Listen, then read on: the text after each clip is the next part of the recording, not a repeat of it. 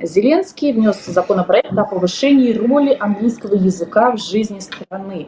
Теперь говорить по-английски должны руководители местных государственных администраций, их заместители, офицеры вооруженных сил, военные контрактники, прокуроры, сотрудники таможни и налоговой службы, также полицейские среднего и высшего звена.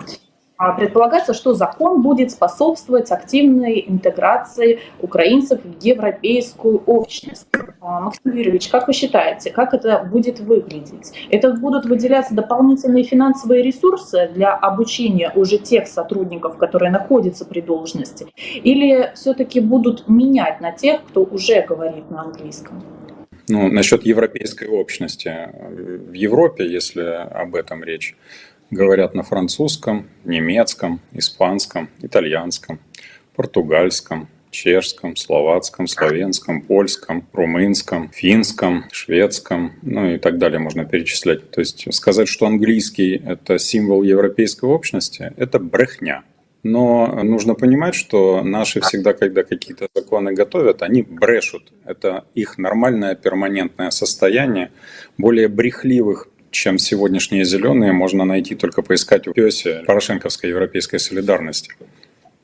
И то, наверное, мало кого можно таких же найти. Поэтому тут европейская общность ни при чем, скорее это больше англосаксонский мир. Тем более, что Британия к Европе уже не имеет отношения к Европейскому Союзу. Это вышедшее из него государство. Поэтому Зеленского несет в этом смысле слова туда, к Америке больше, или к Британии. Это раз. Это для того, чтобы было понятно, что с европейской общностью здесь не надо ничего путать. Причем скажу вам, что и многие туристы со мной согласятся, наши украинские, которые бывали в глубинке Франции, в Испании, в Германии. Вы встретите очень много местных жителей, которые говорят, на немецком это называется «мутлершпрахлер», носители языка, которые говорят на своем языке и не собираются говорить с вами на английском. Это раз. Два. Я не вижу, конечно, ничего плохого в том, чтобы чиновный люд знал английский язык. Английский язык сегодня пока еще средство общения мировое. Почему пока еще? Ну, потому что ему очень сильно наступают на пятки другие языки мирового общения. Допустим, испанский, второй по применению после китайского в мире. Немецкий. Поэтому есть что учить, в общем-то.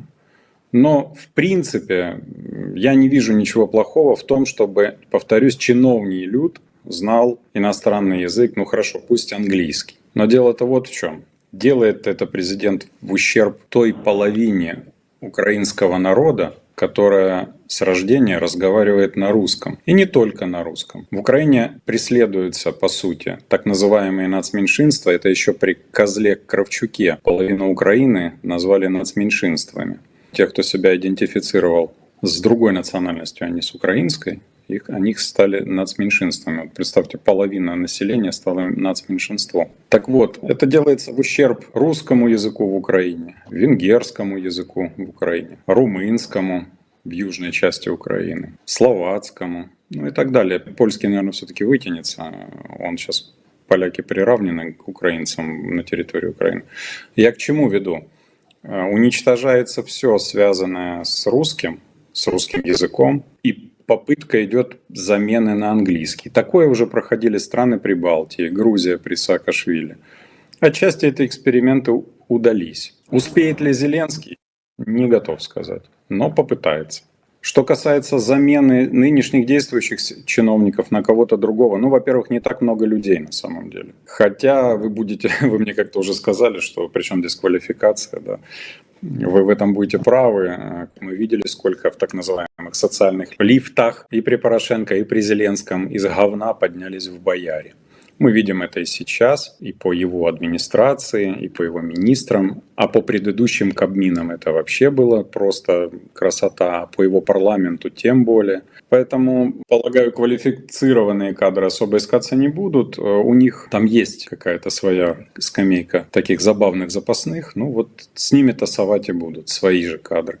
Думаю так. Тем более сегодня, во время войны, одна из ярко выраженных черт нашего президента, дикая подозрительность, она обострена до беспредела. Поэтому думаю, что чужих все равно пускать не буду, даже если он будет говорить на английском, китайском, я не знаю, на каком-нибудь еще более сложном языке, даже на иврите.